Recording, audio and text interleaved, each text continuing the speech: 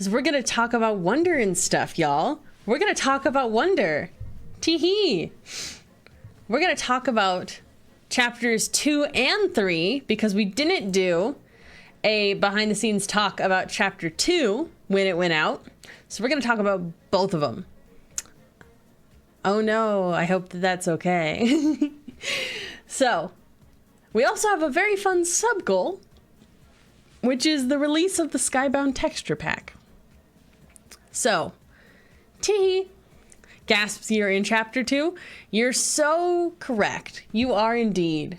And let me make sure this, okay, this does open over here. Good. And bum, bum, bum, bum.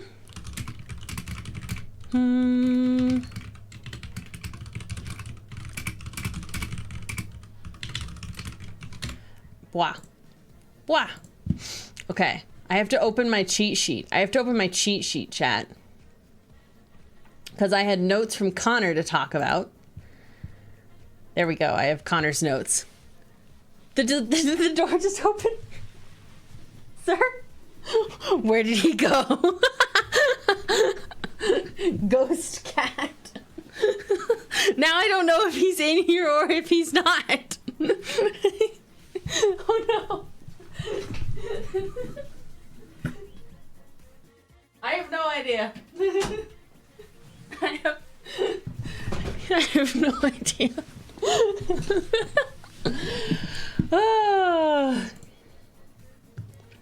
Okay, you know what? We're gonna go. We're gonna perhaps gain friendship.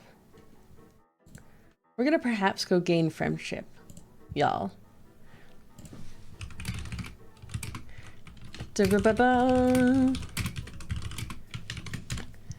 Wow, okay. We might gain friendship. Sneaky assassin kitty, so true. So true, we don't know where he is. But yes, we are gonna talk about Chronicles of Wonder today. Tee-hee. So, I guess I will pause my music. Hello. Oh, Jesus Christ. Hello. Sorry. I have been surprise sylphed. Hello. Oh my god, I forgot that's my reactive image. Yeah, that is just in the corner. Oh no, and I think Discord's gonna pick up the sound of my dryer going, so I don't think it's gonna stop moving. I can turn off the reactive. It does. It's funny, but a little distracting. Hide. I love my tiny self-reactive, but it is so funny when it's on any stream that is not about bound. But also, hello. Hello. I didn't do a talk about chapter 2. No, you didn't. When I did chapter 2, I was McBusy. We just cast that out into the void and said, we have birds to write. I'm busy. I'm busy with birds. We got birds to do. Got birds to do. I don't have time for this. Dude, I call myself a variety streamer. The last month of my VODs are only bound lore. Such a mood. The way that I like squeezed Wild West in there, I was like, this needs to get in here. It's so impressive and also a little scary. When was the last time you took a break, King? I didn't stream yesterday. Good job. I was gonna do this yesterday. Also, I finished a thing for the thing. Ooh, a thing. Oh, I finished a thing for the thing. Oh, I know what you finished. Photos. Then I bet I know what you finished. Yeah, That's so exciting. I put pictures, and chat doesn't Glorious. get to know what it is. And Chat doesn't get to know. Chat doesn't get to know the secrets. The secrets. Oh, the secrets indeed. Rubbing our little hands together. You have no idea what's going on in this brain. Okay. Well, shall we get into talking about wonder things? Wonder things! Wonder things. Tee. Okay. Do I want to talk about music notes? Do I just go chronological? What? I mean, I think chronological makes sense. That probably makes sense. Yeah.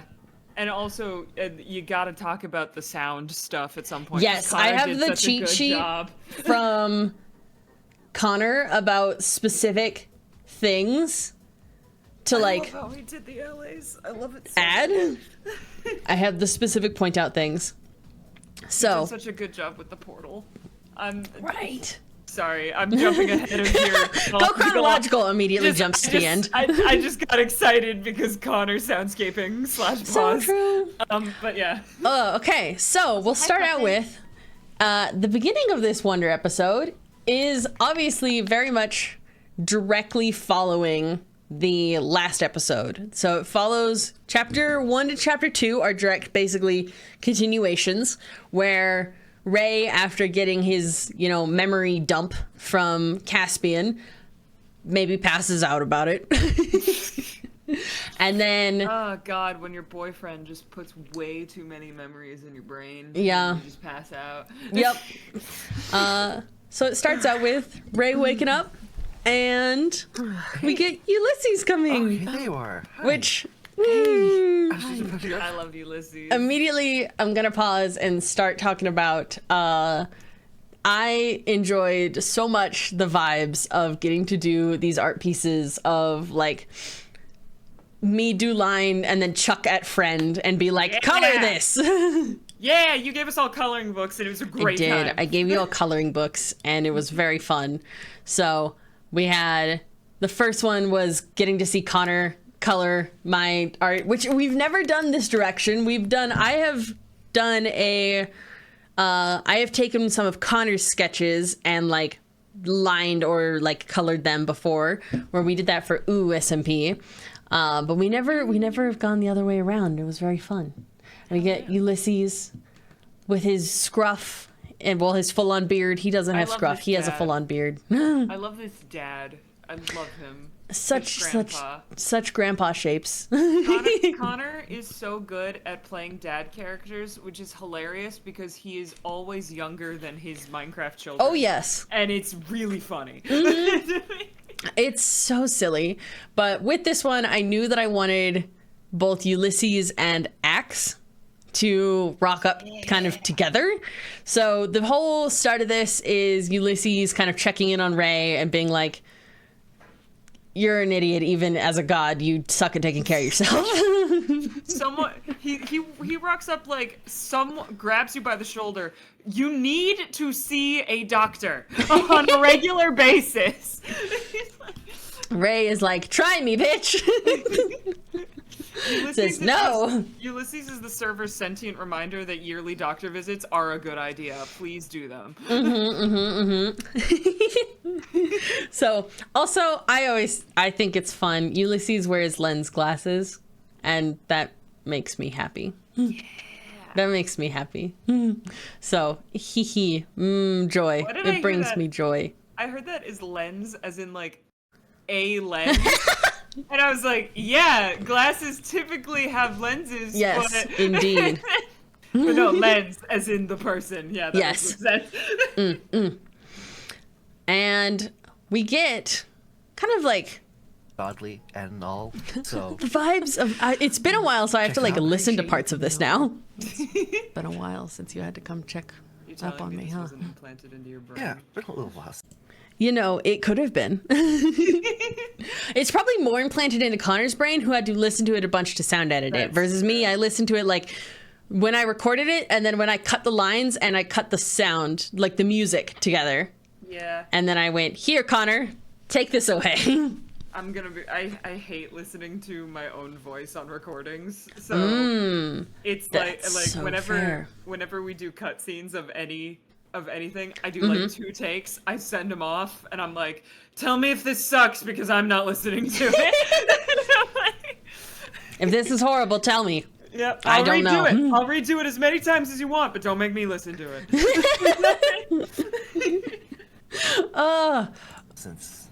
But Dr. yeah, things, okay. But this whole first bit is just them happy to help out checking in on each other and Hi, little vibes. But we all want. I know what you all are here for. We know. We know who you're here for. We know who you're here for. We know who you are. It's the baby girl. Baby! It's the baby girl. I love this art piece so much. Me too. I love her eyes. I love the way Meta colored her little eyes. I love Yeah. Ray in the reflection of the glasses. I Yes. love Axe's hair. This piece is so good. Meta coloring slash Meta pause coloring, maximum. love it. I love the way that Meta does color. I love the detail of like little highlighted lines in teal and magenta in both of their hair. It just brings me joy. It reminds me, something about Meta's vibe is very that one scene in Arcane Season 2 that goes so fucking hard of the anomaly going buck wild. Yes. Like, Meta's art has that vibe, and it's really cool. I absolutely agree. And this just it was so much fun when we like had conceptualized this idea. You know what? I'm gonna see if in my DMs with Meta, if I like figure out when we identified that there was going to be a child. I mean, if you search baby, it might like take you back Okay. to the right stuff. Let's see. Or search her name. Yeah. I guess. Okay. No, I literally have. I miss Ray. I miss him a lot.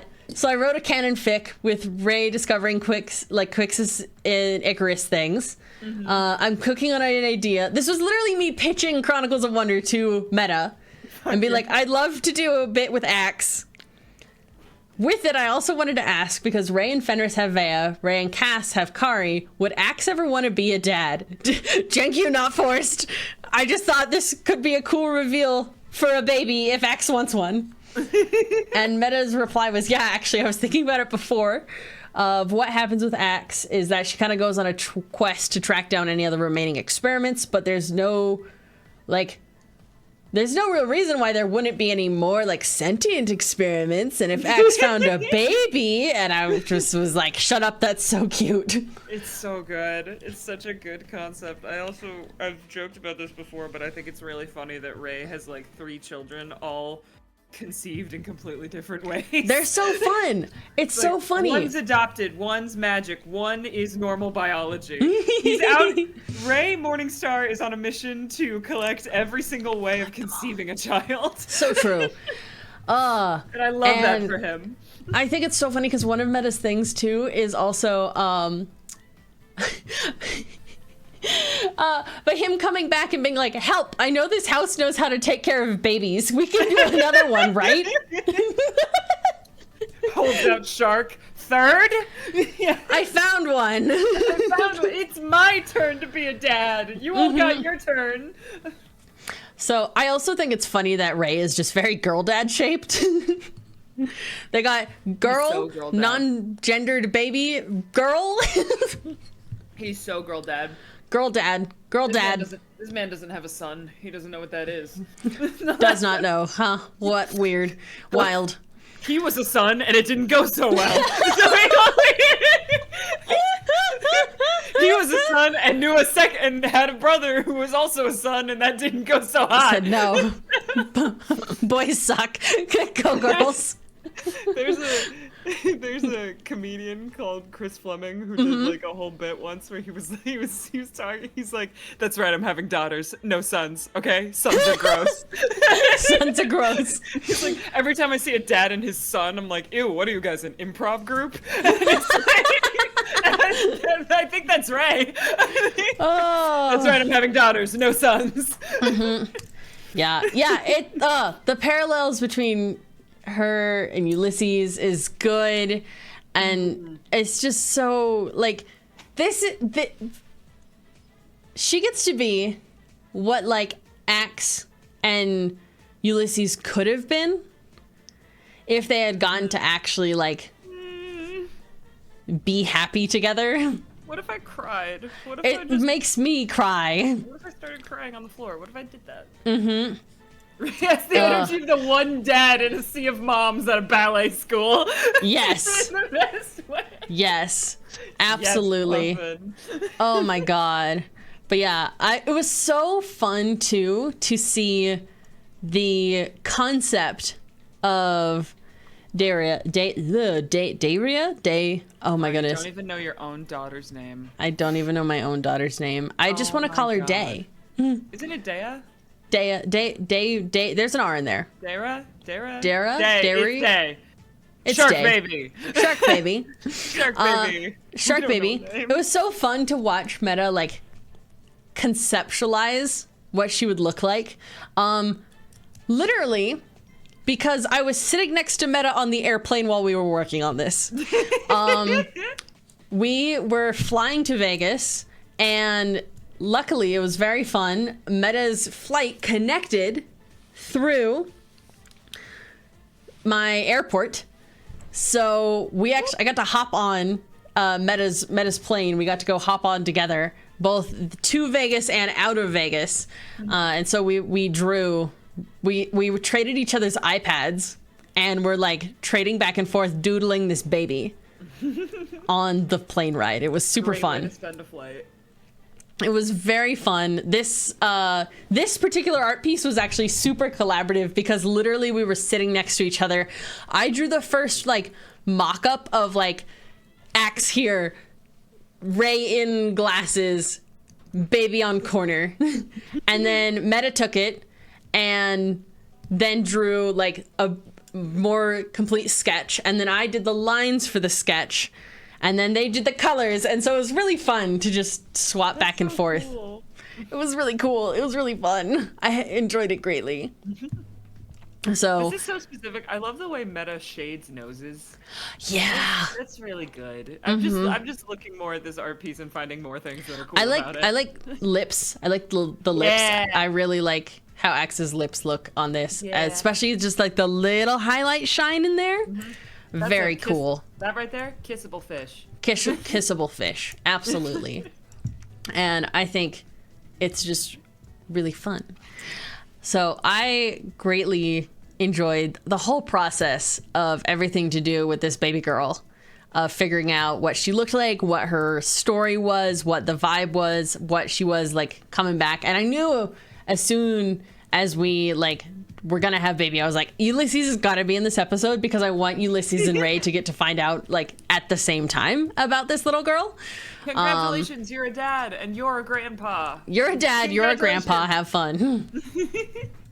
And they do have fun. I think it's adorable. I love this will be my first note about sounds is the sounds for Day. Is I have such a silly recording of me Good. making a bunch of baby noises. I loved just one day waking up and opening the Discord and you're like, hey guys, check out this sound clip. Check out this audio file. And I just play it and it's just you making baby noises and biting really loud into a Really microphone. loud bite noises. As loud as I can bite into my microphone. And it's Oh. so funny. But That should be a sub goal, just releasing that raw audio. give me 5 subs and I'll release just release just the baby raw, audio. The raw baby audio. Really funny.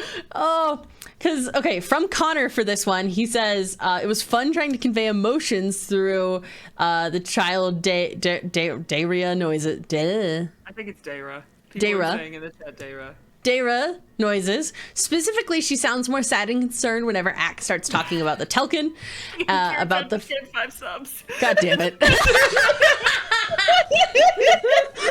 Release the baby. Fine, we'll play it. Let me finish reading and then I'll just play it. Whenever Axe starts talking about the Telkins and the facilities, as opposed to the more excited noises she makes when meeting Ray and when playing later in the episode. She also makes those sad sounds whenever the name Scylla is mentioned, and she makes the same sad, concerned sounds when she's first handed to and introduced to Ulysses because he's a Telkin. But by the time that Ray is getting back, she's much more comfortable and excited around him since she knows he's safe, which is so cute. It makes me. I love that bit. So Connor puts so cute. much. That just shows how much thought Connor puts into soundscaping too. Connor he puts so doesn't much thought into soundscaping. It's so like. cool. I've done soundscaping stuff and I put thought into it, but at the time when you're doing it, you're kind of like, okay, this is gonna happen because this is what I'm picturing in my brain. Connor does it in a way where it's like, here's what I want to convey is going on based on like when I do it, it's just like, this is the scene, this is the noise I need to happen. Connor is like, I'm gonna put emotion into this shit, and it's really good. Okay, wait, here we go. I found my please enjoy me making silly child sounds for the baby shark. So, let me see if this is loud enough. The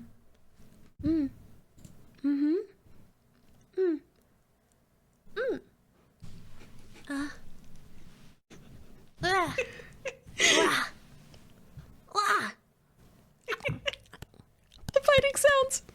Oh my god. The fighting sounds.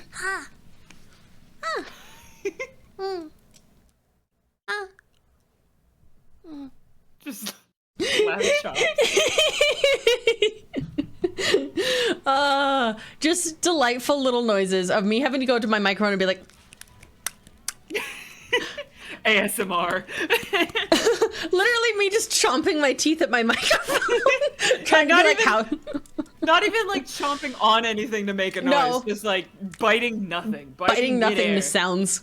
Oh my god, it's so funny. So that's my child noises. So I technically have voiced I have voiced Ray's mother, Ray, and 2 of Ray's children. 3 generations! Let's go! I also did the Kari sounds. 3 generations, the same voice. It's passed through the family. Oh, that's so funny. Yeah, I make good little child sounds. We now know that you also make good little child sounds. I'm good at child sounds. Child sounds. We're shaking hands. We could do child sounds. Child sounds. Child sounds are fun because you're just kind of sitting at your mic and going, Right? and that's yes. it. Art did Vea. I did Kari. Did I say Vea? I meant Kari. No, you said Kari. Okay, good. You said Kari. But yeah. And I got to be your other son from another dimension, your other daughter from another dimension. Yeah. Even other dimensions, Ray doesn't have sons. Hey, does the baby sounds, Beck does the toddler noises. Good. Oh no, y'all, when Sherp was like, do you want to be baby? I looked at them and I was like, how baby are we talking? How young are we talking here? What's the ratio of baby to toddler that you're looking at? Because there's 2 different voices. Also, cool things that I just think should be pointed out. In Meta's art that they did for more of the concept arts and fun things, obviously, project name is Scylla. There were 6 potentially little children, and only this one survived.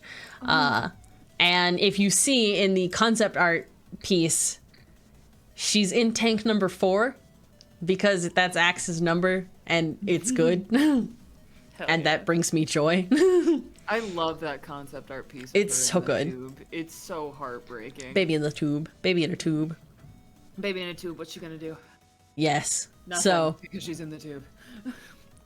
we have all of talking with the baby, talking with Ray, and then we get the good little pulling to the side, just Ray and Axe. And we play Infinite Amethyst because I'm an asshole. I love the vitriol that occurs when Infinite Amethyst starts playing. It's our version of Fallen Down. It's like you hear Infinite Amethyst and the whole place goes, fuck! And I love it when a fandom has a song like that. It's so funny. I actually think this happened. Fun fact, I think I'd have to double check, but I do believe the final song to play for me in Bound SMP ended up being Infinite Amethyst at the very end. And I was like, oh my god. I've never used Infinite Amethyst, and that's for you, chat.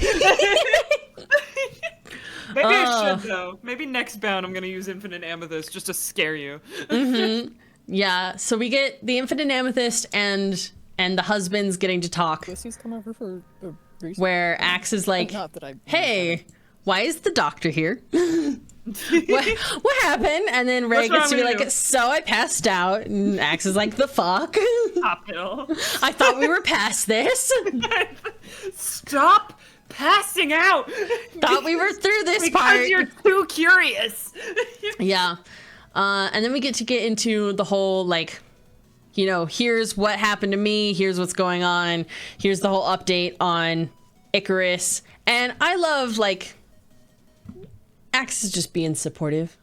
Yeah. Axe just being supportive husband moment is very good. Very soft and cozy. And I missed them so much. And it brought me such joy to get to have them back together. Fish husband. Fish husband. And then we get to go talk to Ari. Yay! That's me. That's you, and we're gonna talk about some things in order because I'm gonna make them listen to the soundscaping because a lot of this start has really good soundscaping. The portal is so good. Yeah, I'm gonna read his notes first and then play the sound clips so that people like pay attention. He did in fact text me. And he was asking when he was working on the soundscape of this. He texted me at one point, and he was like, "Hey, what do you think the Aether portal sounds like?" And I legit texted him back, "I have no fucking idea." He asked me too, and I was like, "Oh no." Yeah, because I was like, in my brain, portal noise is Minecraft Nether portal noise. My brain cannot conceptualize another portal noise. So I looked at him and I went, "King, I'm gonna need you to go with your gut on this one." So, he says, the Elysium portal sound is the same Minecraft portal noise as the Nether and End portals, but it's ever so slightly pitched up to make it feel more airy. It also has some swooshing wind sounds layered into it. He's so good at this. So cool. And we're also I'm gonna read the next note as well because I'll just let this clip kind of lay through a bit, is that the Allays were super fun to add in. I loved getting to have them talk back and forth with Arsana and trying to use the Allay noises in Minecraft to convey emotions and thoughts. The specific little ah noise when Ari tells them to go back through sorting nonfiction is really cute and silly to me. It's so good. There's the Allays in Minecraft. Their range of the noises they gave them is actually, there's so much emotion. There's so many sounds. Actually. And I know this because obviously I used a lot of Allay noises and I went through that library at least 20 times. Yep. And like, it's so good, and you could use them for they're so interchangeable, and they're very good for conveying all sorts of things. Like Connor said, there's like one in here that's just a little aw. That's like, oh, I have to go back to work. And it's like, it's really good. I love the Allay noises. There's a reason this is my favorite mob in Minecraft. Oh, before I hit play, I think I mentioned this in the first episode, but I want to mention it again because I think I'm fun and clever. This scene, this shot, is looking out towards the water from the gay house. Like right to the side of this is where like Caspian made the Mambu windmill. Right, kind of behind it is where we get into the lab. Right over there is where the little forest geode pond is.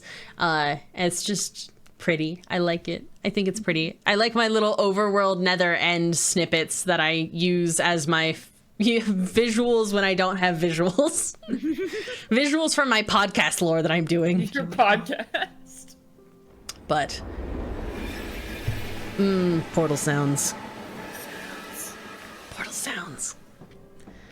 Arsana, hey, little guys. Hi. Oh, nice. Okay. Guys, we talked about this. And again, fun times of I got to do lines and then friend got to do colors. I got to color. You got to color. I got to color. I like coloring. I had so much fun. I love coloring. Yeah. I really like that style of hair shading that I did on this I one. really like the hair shading. I really like the blend between the gray and the blue. Yeah, I really liked that. That's my favorite part of post-epilogue Ari's hair is the fact that the gray is still there. I really like that in her design. I think it's fun. It's cool. It's fun. Can we talk about what happened behind the scenes when we were recording this? Yes. Absolutely. Always. Because I love Daniel. I love Daniel so much. Oh my god, you're right. Wait, I just remembered. Oh no. That's why I asked. Can we talk yeah, about we it? can talk about it. It's funny. So we were like, what was it? Like 2 minutes into recording. Like we were starting on a first take, and then all of a sudden I just hear in the background just like really loud banging noises, and Hey is like, hang on, I have to go see what my husband's doing. And you left the microphone on, which was the funniest part. So I just hear a very distant, what the fuck are you doing? And I didn't hear anything else coherently. Like I could tell there was a back and forth. But and Hey comes back and you're like, he's like beating what did you say? I can't remember what you said because it was really funny. Well, okay, I'm pretty sure I came back and said he's beating his meat, but he was pounding chicken. You said he's pounding chicken for dinner, and then you were telling me what happened to the conversation, and you said, what are you doing? And he looked up at you and goes, I'm beating my meat. What's the problem? His answer was, I'm beating my meat, and I said he's pounding chicken. And I was like, sir, I'm literally recording and my wall shares a wall with the kitchen. He was like, good point. And I was like, please stop. He's like, good news, I'm done. Anyways, that's the mandatory shout out. Daniel is hilarious. Daniel was very funny. It made me laugh. And I was just like, know sir, no. He found out 2 days ago that I wasn't Australian. I heard about that! He told me that this morning! Wait, oh my god. So apparently Daniel thinks that anyone who hasn't been to our house is Australian? No, it was so funny because, like, he was commenting on how we had similar music tastes because I added some songs to a playlist, and he had taken a screenshot of it, and he's like, oh my god, are you me?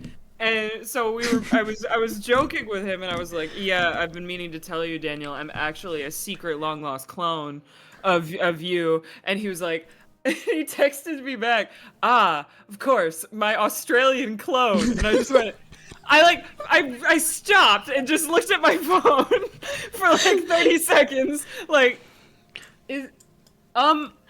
what? And I just texted him, Daniel, I'm not Australian. He told me this story this morning, and he's like, I think that everyone who hasn't been to our house in my brain is just Australian. And I was like, most of the cast is not Australian, darling. And he was like, yeah, but in my brain they are. He apologized. He was like, I'm sorry for assuming your nationality. I'm like, don't be. This is the funniest conversation I've ever had. And I think it's even funnier just because there are Australian people in this cast. It is so funny. And sound nothing like them. Like, we've been in voice call. He's yelled at me as Fable on multiple occasions. No, it was very funny, and I'm not gonna let him hear the end of it because it's very funny. It was so silly. But, yeah, Daniel just found out 2 days ago that I'm not Australian. Yep. But anyway, this whole sequence of things, we get to have the whole like talking about things and then getting into the, the serious shit that Arsana does not want to talk about. Hey, remember that time you were an accomplice to like a mass murderer? And it's like, I really didn't want to remember that. Thanks. Yeah, like actually, I've put a lot of work into repressing that. Thanks. Ray's like, no, please. I need you to remember. And we actually have the first of the like memory like scenes. I love the memory scenes. The memory scenes. We get the potion stream. Let's see if I can nail it on where in here it is. Let's see. Why? But connected some dots. Memories, but like it's hard. Potion stream. Let's see. What's missing? Come I on. don't really I should be close. I should be close. I know. That's it feels like there's a big... Let me have this thing I want. Okay. It's in there somewhere, that's for sure. It is. Our son is about to say okay. Can't run from things forever. Okay. Oh, blah, blah, blah, blah. But in this section, we get the, like, memory stuff. Potion stream. Potion stream is one of the only, like, I think it was, like, the only positive Icarus time you had, wasn't it? No, yeah, it was. I was looking through, and, like, we were so busy towards the finale that, like, especially Sherb, because, you know, Icarus was off doing all of Icarus's shit, that, like, we didn't have a ton of coworkers time. But I think it's literally the only positive interaction I ever had with Icarus on stream. Yeah, it just is. Aside from, like, the last few seconds in the finale where we're like, coworkers for, like, 2 seconds, like, after everything's gone down. But yeah, I really like, my favorite thing about this is the completely accidental name foreshadowing that we did of the stream. Because this was episode 6 for me, for Fable, was the potion stream. And we called it Uncovered Memories.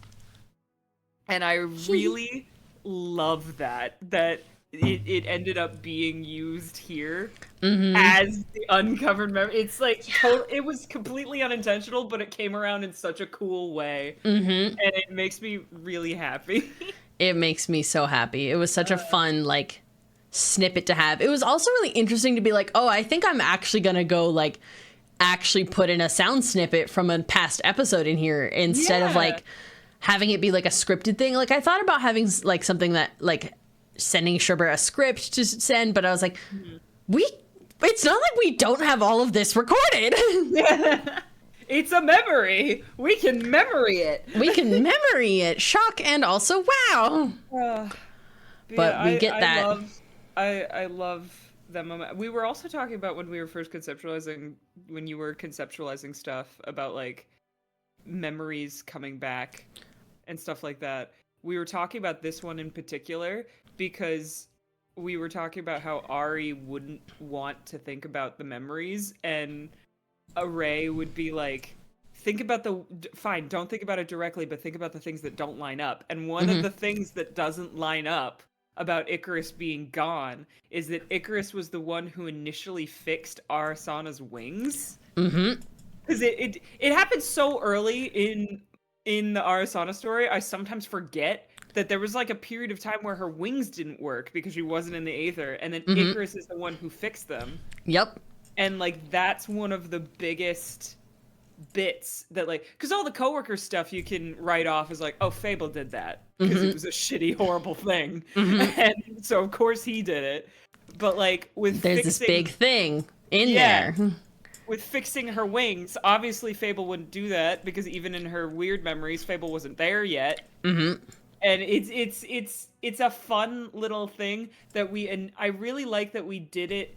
The stream initially was, like, almost a fun, chill stream, like just a fun little lore bit to fix, like, a tiny problem, and then it ended up coming back in this way in such a big way. It makes me excited. I like it. I like accidental foreshadowing and just when things pay off. I think they're fun. Yeah, that's also the VOD that has Icarus without eye blood that I refuse to fix because now it's funny. Yep. Icarus without eye blood can't hurt you. Oh, it's so good. And yeah, memory things. I mean, this isn't the first time this has happened. It was a little bit fast. I love it. I love it so much. And I love that we get, like, the moment of Ray being able to be like, you weren't alone in this. The sadness is, and something that I think a lot of people realize in this episode, and we're like, oh no, Ven does not get remembered. Nope. Despite Icarus being like fixed in their memories. Ven does not. I think it makes sense because Ven in being quicksisified, Ven is going back to their correct spot in the timeline. So I think it makes perfect sense that there was like a ripple effect where Ven was not here. But like, it does make me so sad. Yep. It actually will come up again in chapter 3. I have another story to tell about that. But that's one of my favorite shots in the Arasana epilogue is that fucked up picture that's been quicksisified. Yep. So that both Icarus and Ven are glitched out. It's great. But yeah, no Ven. We don't remember Ven. No Ven. No Ven. All I can see is Picro Ven. No! That's who replaced him in the timeline. Oh. Oh my god, the black hair is so funny. God, so funny every That is time. one of the funniest things that has ever shown up on your channel. Oh. And then they get to talk about it. They get to talk about like Icarus and Fable bad times a little bit. And then we get to go back home, and they get to go back to the baby, who now gets her name. I do love the one tiny bit of Arasana has a stash of coffee specifically hidden from the Allays. Tiniest thing. I think it's really funny. Anyway, it is very funny, and I love that Ray is like, you know what? Fair enough. But yeah, we then get to go back home. She gets her name, and her name is one of the Oceanids' names, and I really like it how Axe describes it in this. It's still a name that comes from like Greek mythology stories, but doesn't have a big like legend or something tied to it for her to have to live up to, and I think that's really cute. I like that one. We went through so many like name ideas of trying to figure out what the hell this kid was going to be called. Hell yeah. We were digging to be like, what name? Oh God. Like real parents. We gotta get a good name to this baby. Gotta get a good name to this baby. So we get to have the happy child times where she's starting to make more happy noises and they're playing and stuff like that. And I really like that this one ends with Ray like welcoming her to the family. I think it's really cute. I like it a lot. And baby Day can hang out with Ray. It's wholesome and good. It's very, very wholesome. Which is a very drastic difference to the ending of the next one. This one was very fluff, and then the next one is like fluff, fuck you. Episode 2 is like, yay, oh, yay, and then episode 3 is like, yay, oh no. And then the very end is like one cut off scream. So, going on to chapter 3. Which you can totally stick around for, or you can also bail. You do not have to stick around for episode 3. I'm gonna stick around for a little bit because I watched it for the first time the other day. Yes, and it was very. I was texting Centros about it. So I am mentioned. Yes, you are. Episode 3 takes place a little whiles after chapter 2. In this one, we've now said that it's implied that Ray has gone around and actually done the same thing that Arasana, like he did with Arasana, to several other people. It's implied that he already gave like Bruin their memories back, and it's kind of implied that Violet's been missing for a while, so he hasn't been able to actually get to talk to Violet and give Violet his memories back, but he has given the memories back to many people. I can't believe Bruin said yes, personally. Like, hey, wanna remember how you almost died that one time? Yeah, so Really Jamie funny. and I have a lot of thoughts about Bruin's stuff. The twink death of Bruin is real. Twink death of Bruin! The twink death of Finally! Bruin is so real. We're just gonna bring him right up. Jamie's been happily screaming about that for like at Jamie is least so 2 weeks. thrilled that Bruin rocks up and is like, I am a hunk of a man now. And I made this raccoon.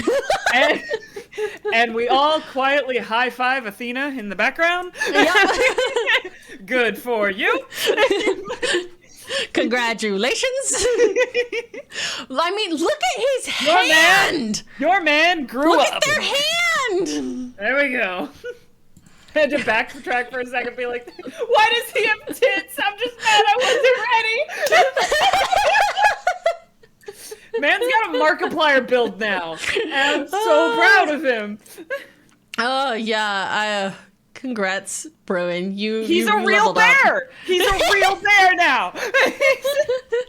Oh, but yeah, the glow up insanity. So when I started talking to Jamie about what we were gonna do with Bruin's section, we were thinking about like obviously we wanted to kind of have a lab assistance moment of I was like, okay, Ray can be working on his stuff. At the very beginning, Ray is working out. You can kind of tell from like what he's doing and the signs. Connor specifically added the sounds that sound like he's working on wooden signs. He is absolutely making another fucking sign wall of a timeline. God damn it, Ray. Never change. You know that's what he's doing. There's no escape. And Connor's specific note for it was Ray's sign were a super funky thing to soundscape, and the bass noise is leaning planks of wood against a wall. Which is just fun. And with this, we wanted to have the moment of them getting to kind of have their lab assistant moment of fun little like, hey, go touch grass, you idiot. I'm gonna drag you away from your work. I wanted the art piece. I knew I wanted for this one the art piece to be Bruin with a creature. And I was talking to Jamie for a while, like, what creature do you want to have invented this time? And we landed on how funny it would be to have it be a raccoon, because that's always Sherbert's answer for what mob they want added to Minecraft. So we get right. Derek. Which, fun fact, Derek, the name, was an in-the-moment thing that Jamie did not warn me about, and it took great effort not to fucking lose it when they just fucking said Derek, and I was like, what? That's some kind of shit I would do. I love Derek. But yeah, fun fact with these ones. Puffin was confused at the way the raccoon was described. With this one, obviously, this episode of Wonder came out the day after the fucking finale of Bound. So I was a smart thing. I did a smart thing and said, I'm gonna not draw this time because I'm too busy drawing everything for Bound. I'm gonna commission these ones instead. So these ones, Beetle the Bard, I commissioned, and Fruit Salad, and they did awesome fucking jobs. Because I was way too busy. I can't believe, I honest to God thought you were gonna be like, hey guys, I'm pushing back this Chronicle like a week. No. And then you didn't, and I was like, oh boy. I squeezed it in. We recorded Jamie's section the Saturday a week before, and then we filmed Centros's section the Wednesday before. And I chucked them all at Connor, and I said, I am so fucking sorry. And Connor said, I got you. I am grabbing you by the shoulders and shaking you and being like, please take a break. One day of your life. So we get Derek the raccoon. We get to meet the little guy. And oh my God. Okay, wait. So for raccoon things, I went to Beetle the Bard and went like, hey, I want Bruin to have a little feller. I'm gonna go talk to Jamie about what the little feller is. And then I messaged them back once Jamie finally replied to me, and I went, so how do you feel about raccoons? And then I also went over to Connor and asked the same question. I said, how do you feel about raccoons? And Connor's answer brings me joy. So I'm going to read Connor's answer. Oh boy. Is it an essay? So I said, oh my god, okay, where is it? Where is, did I misspell raccoon when I asked him? I probably did. How do you feel about raccoons? There it is. I said, I mean, I feel like if I saw one IRL, I would be spooked, but I adore them and they seem so silly. They're just little guys who got those hands. And I said, I genuinely adore that you answered that question without question. And he said, I was gonna ask why, but then I honestly got caught up in just trying to think about what my opinions on raccoons were. No, you don't understand. Working with Hey Hey on lore of any kind means that there eventually you will get a text at the weirdest hour of the night that just says the weirdest out-of-pocket question you will have ever, or like the craziest out-of-context question you've ever received. My personal favorite is one time, I think at 2 p.m, I just got a text that just said, do you want to punch me in the face? And the craziest thing, my immediate response was yes. Just no context needed. And that was that, but like that's the most fun part about doing lore with Hey Hey is you'll just receive the craziest out of context questions. And we've all just, I think at this point we've all just been like, yeah, okay, this is for something. Sure. What do you need? So some extra sound bits from Connor. Silly little thing where he tries to make the doors in different places sound different. The door in Ray's office is a slightly different sound than the doors in the house, which is fun. Bruin's footsteps are weirdly difficult to get the sound right because I don't know if the first time that I listened to this after Connor did it, that was actually the first sound I noticed was that you can hear Bruin's footsteps have nails. They have little claws. He's amazing. So he said it's the sounds of dog paws on wood and grass, but pitched down and slowed to make it sound bigger and heavier. Oh my god, he's amazing. And then Ray's footsteps in the grass are also different to Bruin's footsteps in the grass. Don't know how much you can hear it in the final version, but there's a subtle swooshing sound of Ray's tail in the grass too. Oh god, and, I love him. Fun fact, by me being like, what are your opinions on raccoons? I'm going to need you to make an ass load of raccoon sounds for this Chronicles of Wonder. I sent Connor on a journey of discovery where he discovered how delightful the sounds raccoons make are. Wonderful. He didn't know that they like chitter. Yeah. And so I'm with says, him on like raccoons are terrifying to encounter in the wild, but like they make the most when you're expecting a raccoon, they are the most wondrous of creatures. When you're not expecting a raccoon, it's terrifying. But they are so silly when you're aware a raccoon is in your presence. Yep. So Derek's noises are pretty much all unique sounds. I don't think there are any repeat noises that the raccoon makes because I collected just a ton of raccoon noises and put them all back to back because they bring me such joy. Oh. Back your idea of terrifying confuses me. Okay, no, look. I've lived in the countryside, okay? I've lived in the middle of I have lived in redneck country in America, okay? You don't know the inherent terror of opening a trash can and there's a guy in there. It's just, I think it's usually that it's like, they will jump at you. They don't care. Yeah. I think it's that they usually are in a place that they are unexpectedly close to you. And by the time you realize there's a raccoon, they are already within raccoon jumping distance. Yeah. When you know that there's a vine of a raccoon like jumping out from behind a car at a guy, and then the vine just devolves into the guy holding the camera running for his life, and there's a reason. They also have very little fear of humans, so Yes. that can make them extra like intimidating. My college campus had a large amount of raccoons, and it was kind of just a known thing that like you leave the raccoons alone and the raccoons will leave you alone. Yep. But you fuck with the raccoons and the raccoons will fuck you up. You fuck with a raccoon, it will remember, and it will come and hunt you back down. Mm-hmm.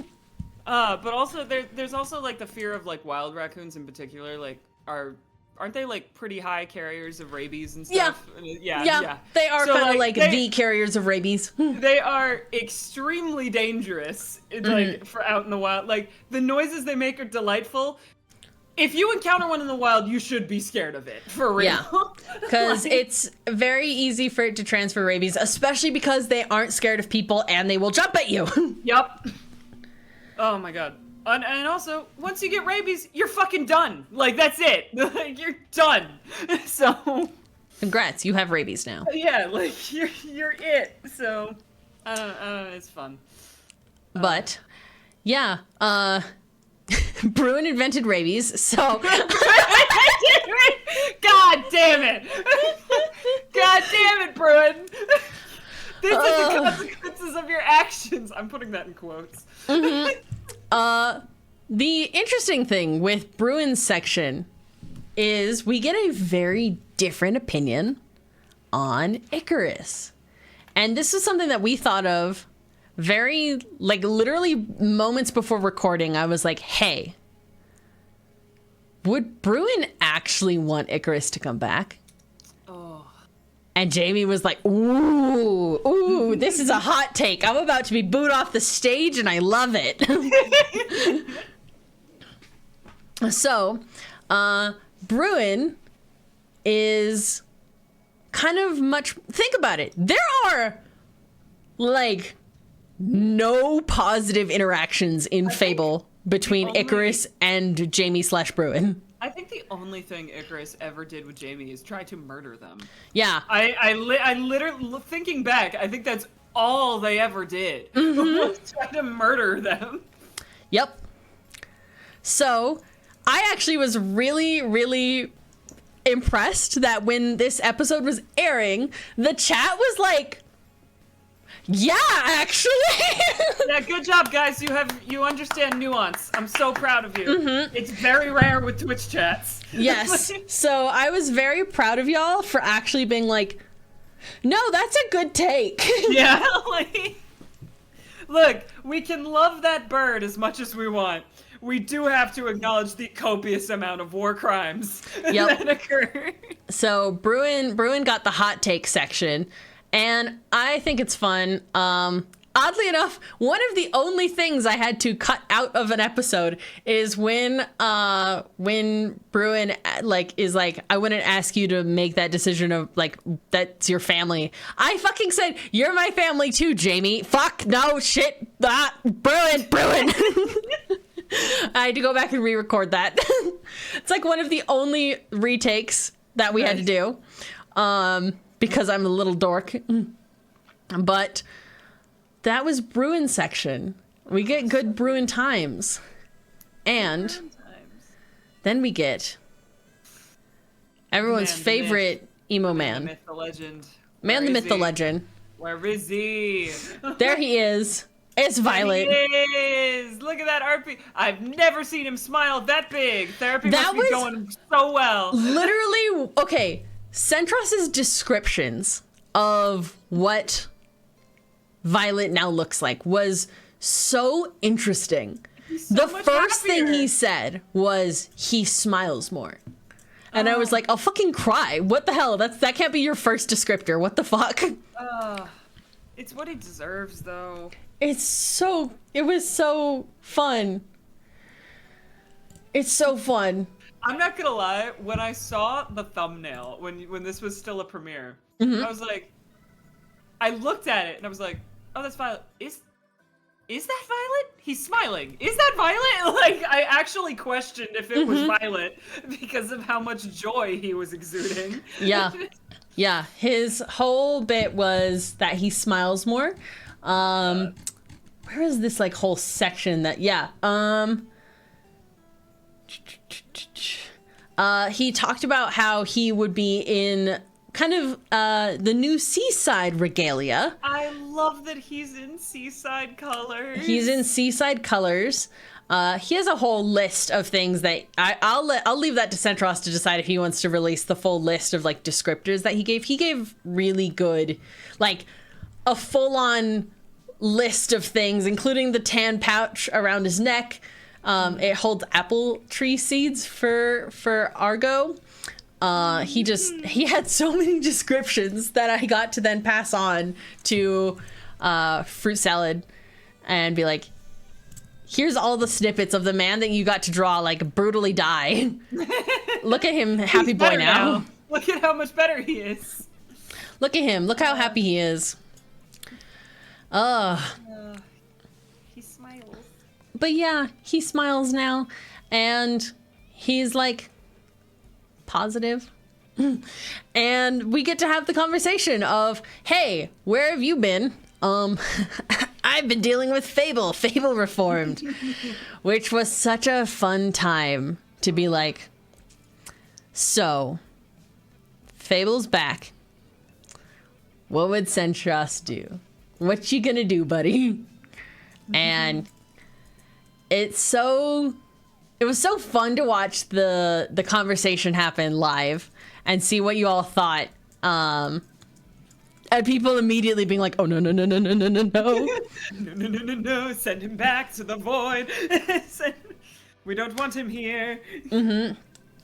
I think even when I'm gonna see if I can. There's a lot going on. Can you still pull Yeah, up we like, had the a, chat treat- replay? No, I can't pull up the chat replay, but I can real quick. I was looking for the section where he starts to talk about it because there's a music change in there that I think is fun. Up in the nether, and the end has been. I've been put in. Yeah, you're very cool. You're very in charge of things. You're totally not distracting Ray. Why? What? He's Okay. back, Ray. Yeah. Fable You guys hear the song? is back. He reforms. The song here is The Second Dream. That song is from I think it's from like Warframe or some shit, but it's one of the songs I used all the time for like evil bad times happening, especially typically with the brothers. It was I think the song for the live action brothers like nightmare dream memory of Ray getting beat the fuck up because Icarus ran away. That's such a good cutscene. It's so fun.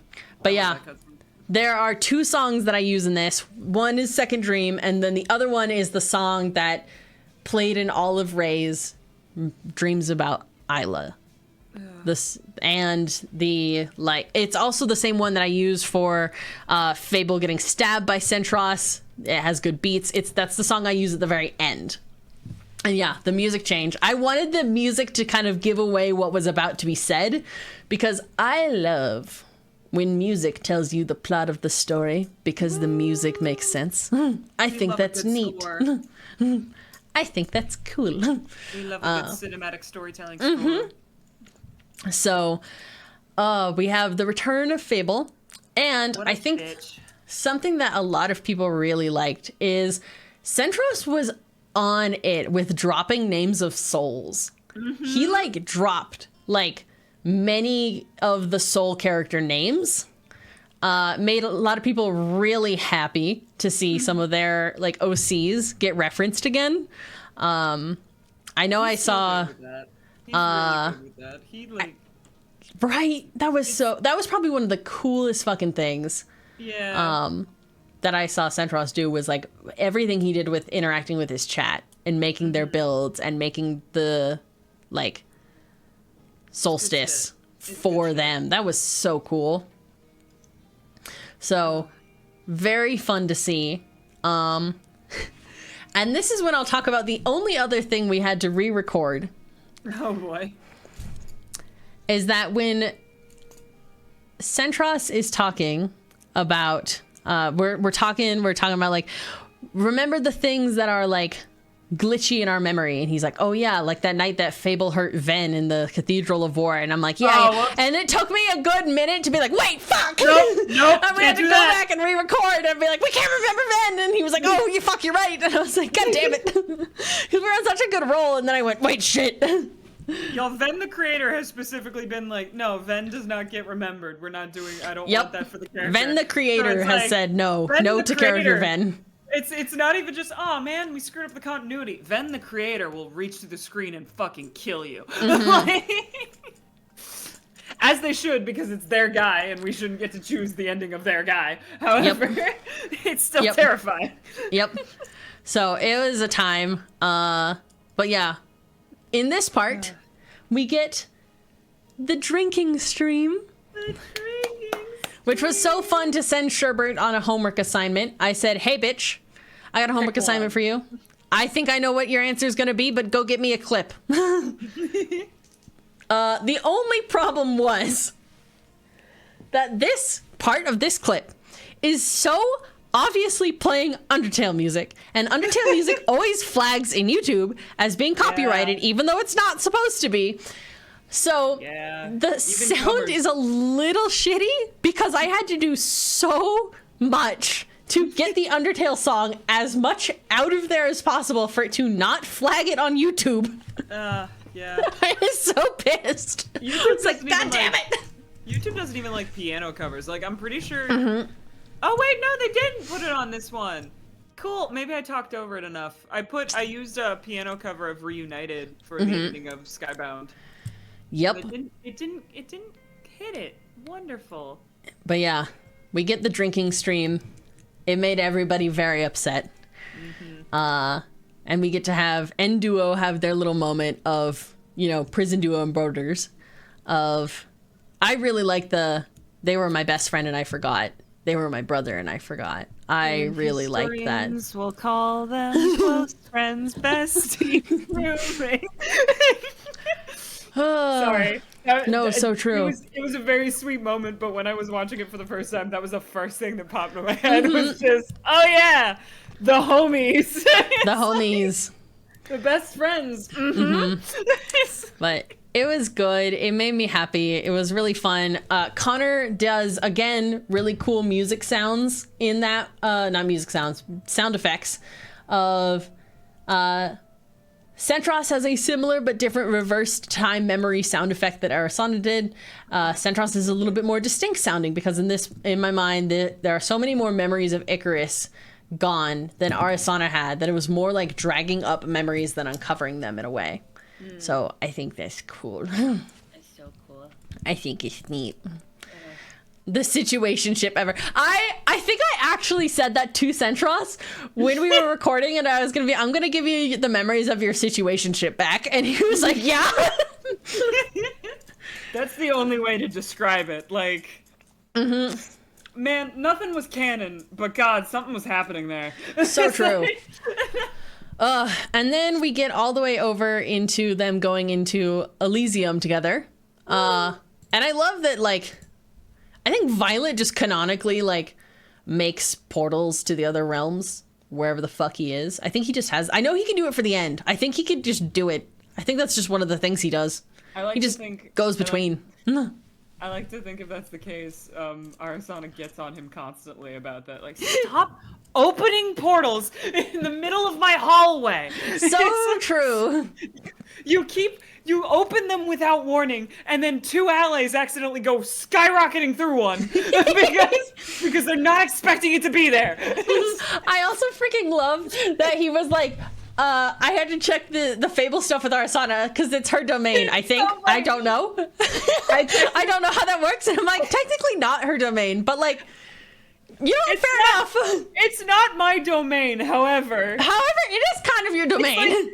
And so is like Fable being involved. Like, yeah, I'll buy it. Yeah. It's the same vibe as like a workplace where it's like there's a boss, but then there's the person who's doing everything. It's like not the boss, but really you should clear it with her. I did text texted Centros afterwards, and I was like, I posted this also in the Fable Discord because I thought it was funny, where I was like, I'm pretty sure the conversation in quotation marks was at least 75% him holding her back. like, no, you can't just go kill him. You can't do this. like, Yeah. Believe me, wish we could. However, it was so fun.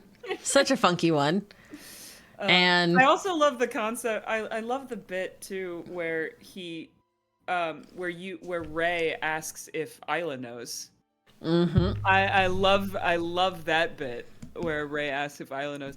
There are several people in Brightstep, not Brightstep, Try again. SMP, Lodestar Grove, who honestly deserve to like form a line and punch this man in the face. And I like that I left it completely open as to which mother Ray is talking about. Yeah. Because I think I did say Isla, but yeah, it works with either one. Yep. And I think it it's says, like when talking to Centros, it could very much be Endirian, but like Isla, as don't worry, that's for next time. Which I'm so excited about. Which mom would be more concerning to know? Because so true. I feel like the gut instinct is Endirian, but no, I feel like the real answer is Isla. But yeah, then the final note from Connor is that it's a little muffled by the echo effect, but Ray's footsteps in Elysium are lighter sounding than Centros's. There's slightly different weights to their footsteps and walking speeds as they move through the halls. I think I also noticed that typically Ray sounds like he's wearing a higher heeled shoe than others, and I think that's fun. Man wears heels. So I want to see man kick ass in stilettos. He would if he could. So it was cool. And then we get everyone's favorite bastard man. Oh, he's back! And I ended it with the first line, which was fully what Daniel thinks that his first question to Ray would be. How's the world? Oh, God, what a smug little bitch.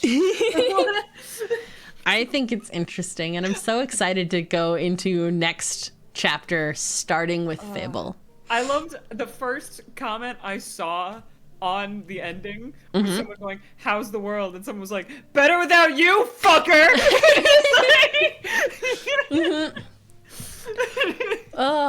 But yeah, that's my like fun little behind the scenes on these two. I think they're fun. And Ray should hit Fable with a steel. Oh my God, that's so true. Oh, thank you, Beck, for tuning in and joining me as my bonus commentary. I like talking about cool things in projects I've been involved with. And I like gushing over how cool this project is, because you like, obviously I wasn't involved in episode 3, but you guys did such a good job, and making episode 2 was so fun. And Connor's not I'm here, excited but for episode Connor's 4. soundscaping is fucking insane. And it's such a fun, cool project, and I like that it's a fun little like epilogue piece. I like it a lot. Fun.